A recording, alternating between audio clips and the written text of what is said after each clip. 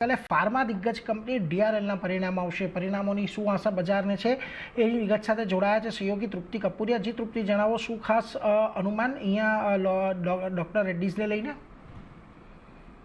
આવતીકાલે નિફ્ટીની દિગ્ગજ company doctor Reddy પોતાના Q2 FY26ના પરિણામ જાહેર કરશે. નફાના ફ્રન્ટ પર લગભગ ફ્લેટ અનુમાન જોવા મળી શકે છે. 1344 કરોડ પર નફો આવવાની ધારણા હાલમાં જોવા મળી રહી છે. આવકના ફ્રન્ટ પર નજર કરશું તો ત્યાં લગભગ 6.5% ગ્રોથની અપેક્ષા રાખી રહ્યા છે અને 8,550 કરોડ પર આવક જોવા મળી શકે છે. પરંતુ એબિટા અને માર્જિન બંને તરફ અહીંયા ડિક્લાઇનના અનુમાન જોવા મળી રહ્યા છે. એબિટા પર નજર કરશું તો લગભગ 8.5% એક દબાણ જોવા મળી શકે છે. પરંતુ અગર માર્જિનના ફ્રન્ટ પર વાત કરશું તો લગભગ 27.5%થી ઘટીને 23.6% પર માર્જિન દે છે તે વાર્ષિક ધોરણે જોવાની ધારણા હાલમાં જોવા મળી રહી છે. પરંતુ ખાસ કરીને નોર્થ અમેરિકામાં સેલ્સ જે છે તે 15% ઘટી શકે છે અને $378 મિલિયન પર જોવાની ધારણા હાલમાં જોવા મળી રહી છે.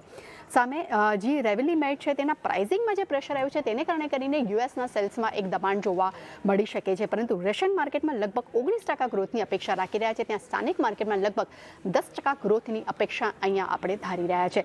બીજી તરફ ખાસ કરીને પેઇન્ટ સેગમેન્ટ છે ત્યાં સ્થાનિક આવકમાં એક બૂસ્ટની અપેક્ષા પણ હાલમાં આપણે જોઈ રહ્યા છે. પરંતુ બીજે ખાસ ક્યાં નજર રાખવાની રહેશે તો કે કેનેડામાં કંપનીની માટે ખાસ કરીને કેનેડા માર્કેટ છે તેમાં સેમાગ્લુરાઇટ નામની દવા જે છે તે બ્લડ પ્રેશર માટે વપરાય છે, દવાનો ઉપયોગ થાય છે, તેની મંજૂરી પર ખાસ નજર રાખવાની રહેશે. પેઇન દવાના મેન્યુફેક્ચરિંગ આઉટલુક પર ખાસ નજર રહેશે.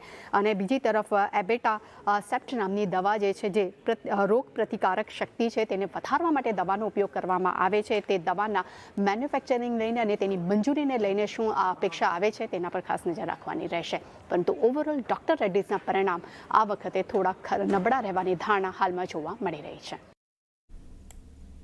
એટલે જો ખાસ કરીને થોડા ઘણા મિશ્ર પરિણામો રહેતા જોવા મળી શકે છે. આભાર તૃપ્તિ, અમારી સાથે જોડાઈને સમગ્ર વિગત આપવા માટે. તો જુઓ, ડૉક્ટર રેડ્ડીઝના પરિણામને લઈને એક આ વાતને અહીંયાથી મહત્વનું ધ્યાનમાં રાખવાની છે.